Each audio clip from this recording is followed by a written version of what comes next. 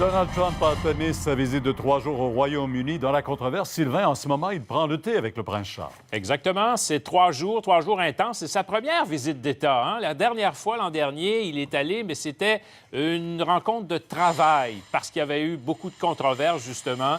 Alors, on voulait se garder une distance. Mais cette fois, donc, c'est officiel. Donc, vous le voyez, le prince Charles qui l'a accueilli à sa descente d'avion. Il est accompagné de son épouse, donc Mélania, bien sûr. Ils prennent le thé actuellement à la Clarence House, la résidence donc du prince et de son épouse. Il a rencontré la reine un peu plus tôt, oui, et c'est vraiment là, le faste, évidemment, là, la cérémonie. Il y a eu ses gardes, ses coups de canon. On est allé aussi, il a fait une visite au palais, bien sûr, de Westminster, également à la cathédrale.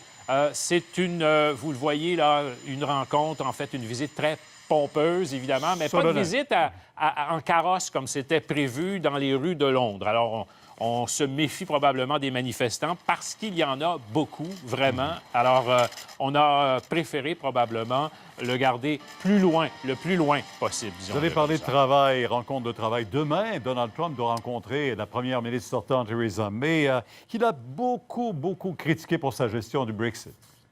Tout à fait, effectivement. Et là, on risque peut-être de le voir davantage. Theresa May, là, quitte son poste vendredi, a démissionné. Et lui, il s'est immiscé dans la politique interne, disant que vous devriez sortir l'Union européenne sans accord.